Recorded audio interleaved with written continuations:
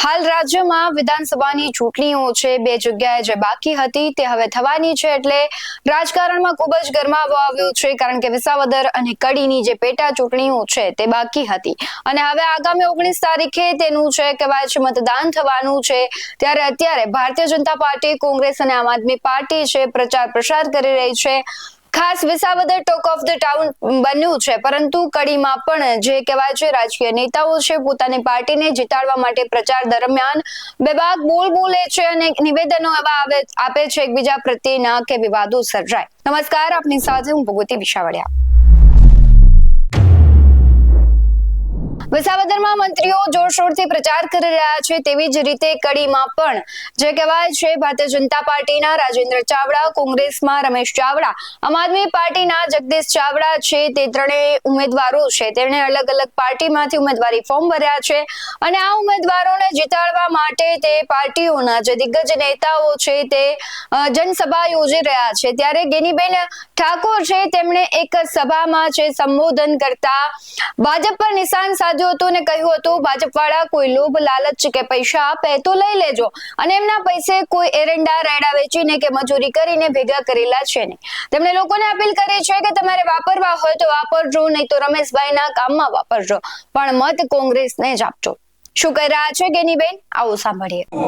તો રમેશભાઈની વફાદારીમાં તો અમારે પ્રમાણપત્ર કે અમારે કોઈ વચ્ચે જામીનગીરીની જરૂર મને લાગતી નથી, પણ તમારા નાના મોટા ટાંપા માટે કરીને અથવા તો તમને કોઈ હેરાન કરે તો એના માટે ચાલુ સરકાર સામે ચૂંટણી લડે છે, તો અધિકારીઓ હોય, પોલીસ હોય, એમની પાસે પણ અપેક્ષા રાખીએ કે આ લોકશાહી છે, લોકશાહીની અંદર સ્વતંત્ર ચૂંટણી કરાવવાની જવાબદારી એ વહીવટી તંત્રની તમામ ચૂંટણી પંચની તમામ ખાતાકીય જવાબદારી સોંપી હોય એની છે, પણ એને તમે ઓવરટેક કરીને ક્યાંક ભારતીય જનતા પાર્ટીના પ્રેશરમાં આવીને ક્યાંક તમારે 2 નંબરના ધંધાની છૂટ મળે એના માટે, ક્યાંક તમને સારું પોસ્ટિંગ મળે એના માટે, અને કોઈ પણ પ્રકારના લોભ લાલચમાં અને દબાણમાં સરકારના આવીને કોંગ્રેસના કોઈ કાર્યકરને વહીવટી તંત્ર એક પોલીસે હેરાન કરવા માટેનો પ્રયત્ન કર્યો તો એના માટે ગેનીબેનને બળદેવજી આ તમારા બધા માટે કરીને એના માટે લડવા માટે સક્ષમ છે। આ તમારા ગામની અંદર આવું છું તો સારી રીતે ઓઢાડી છે, પણ એનું માપ રહેશે કે નહીં રહેશે કે નહીં રહે? તો હવે ભાજપ વાળા કઈ નાના મોટી લોભ લાલચો ને કઈ પૈસા ના હું બધું કરે તો કઈ એ કઈ આઈડા રાયડું વેચીને કે મજૂરી કરીને ભેગા કરેલા નથી। આલે તો લઈ લેજો, વાપરો હોય તો વાપરજો, અને ના વાપરો રમેશભાઈના કામમાં વાપરજો, પણ વોટ કોંગ્રેસને આપજો એવી આપ સૌને 2 હાથ જોડી કરીને વિનંતી કરી આપ સૌનો હૃદયપૂર્વક આભાર।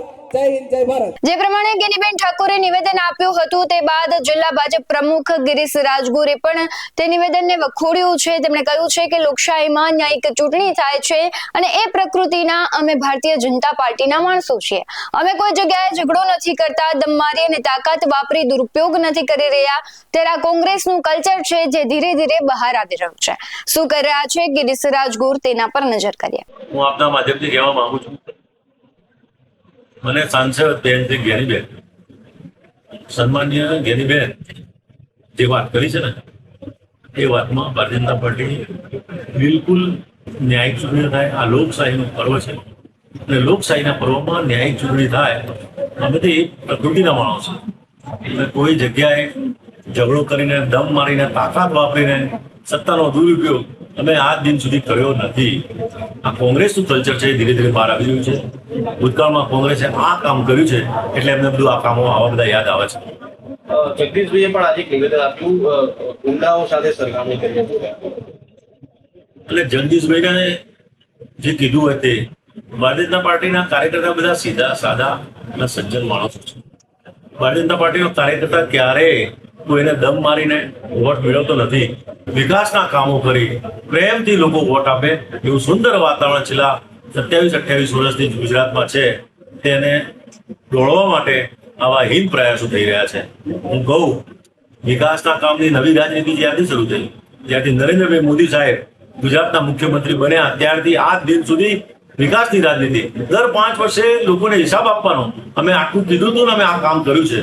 આજે ભારત દુનિયાની ચોથી ઇકોનોમી બન્યું છે, જ્યારે મોદી સાહેબે દેશનો કાર્યભાર સંભાળ્યો 2014માં પ્રધાનમંત્રી બન્યા ત્યારે 11મા ક્રમે હતા, આજે 4થા ક્રમે પહોંચ્યા છીએ.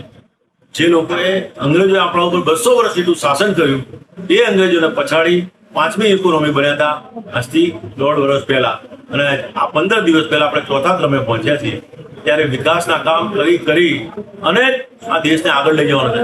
અને સંકલ્પ છે મોદી સાહેબનો. નરેન્દ્રભાઈ મોદી સાહેબે કહ્યું છે 2047માં ભારત વિકસિત રાષ્ટ્ર બને એ માટે 140 કરોડ ભારતીયોનો હું સાથ સહકાર માંગુ છું. આહવાન કરું છું, આપ સૌ જોડાઓ, સૌ જોડાય અને ભારતને વિકસિત ભારત બનાવે, વિકસિત રાષ્ટ્ર બનાવી આ દેશને મજબૂત કરીએ, આ દેશની સેવા કરીએ. એ સૂત્ર સાથે જ્યારે કામ કરી રહ્યા છીએ ત્યારે આવી બીજી વચલી વાતો ગમગોળા ચલાવવાની જરૂર નથી. કોંગ્રેસના જોડે પોતાનો કાર્યકર્તાનો બેઝ ખતમ થઈ ગયો છે. કોંગ્રેસ જોડે મતદારો રહ્યા નથી, મતદારો એમનાથી વિમુખ થઈ ગયા છે. 60 વર્ષ સુધી મતદારો છેતરાયા એનો હવે એમને આભાસ થઈ ગયો છે. એટલે છેલ્લા 30 વર્ષથી ગુજરાતમાં તો ભારતીય જનતા પાર્ટીનું શાસન ચાલી જ રહ્યું છે. આ સ્વાભાવિક વસ્તુ છે કે ભારતીય જનતા પાર્ટી, આમ આદમી પાર્ટી અથવા કોંગ્રેસ એકબીજા ઉપર આક્ષેપ પ્રત્યાક્ષેપ કરશે, કારણ કે આ ચૂંટણીની મોસમ છે ને ચૂંટણીમાં વાયદાઓ અને આક્ષેપ પ્રત્યાક્ષેપ એ થતા રહેતા હોય છે. પરંતુ હવે જ્યારે છે મતદારો છે મત કોને આપશે ત્યારે ખબર પડશે કે કયો છે તે ઉમેદવાર છે એ સત્તા ઉપર બેસશે અને કઈ પાર્ટી છે એ સત્તા ઉપર આવશે. આ મુદ્દે તમારું શું કહેવું છે કમેન્ટ કરી જરૂરથી જણાવજો. આવા જ વધુ અહેવાલો સાથે ફરી મળતા રહીશું. તમે અમારી YouTube ચેનલને સબસ્ક્રાઇબ કરવાનું, અમને Facebook અને Instagram પર ફોલો કરવાનું ભૂલશો નહીં. બાકી નવી અપડેટ્સ મેળવવા માટે આપ જોતા રહો BS90 ન્યૂઝ. નમસ્કાર.